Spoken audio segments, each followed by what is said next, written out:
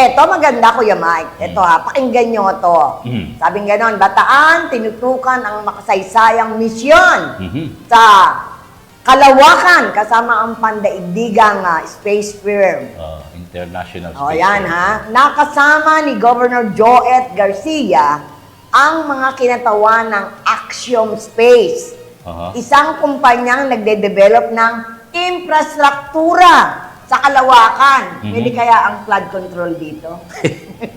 Okay. Kung saan ay nakasama sa pulong si Christine Jane Atienza, isang analog astronaut, no?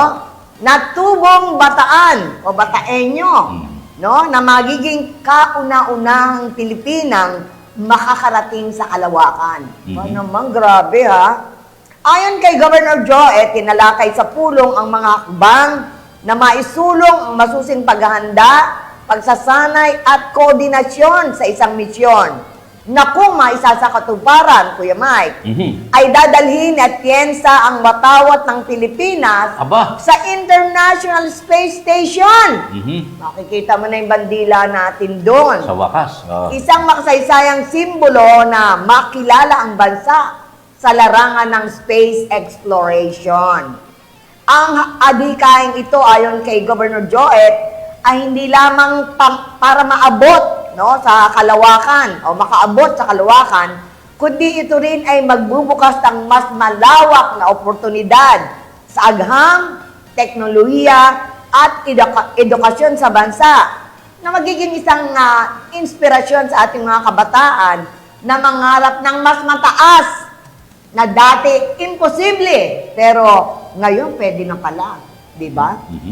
Nakasama rin sa pulong sina Ginoong John Exhaus, negosyante na nagsusulong ng self-sufficiency sa bansa, Dr. Ruby Santos Matibag, Pangulo ng Bataan Peninsula State University, Koichi Wakata, isang astronaut at Chief Technology Officer, at Pearl Padia, Director para sa Asia Region of Axiom Space. Ang galing ha.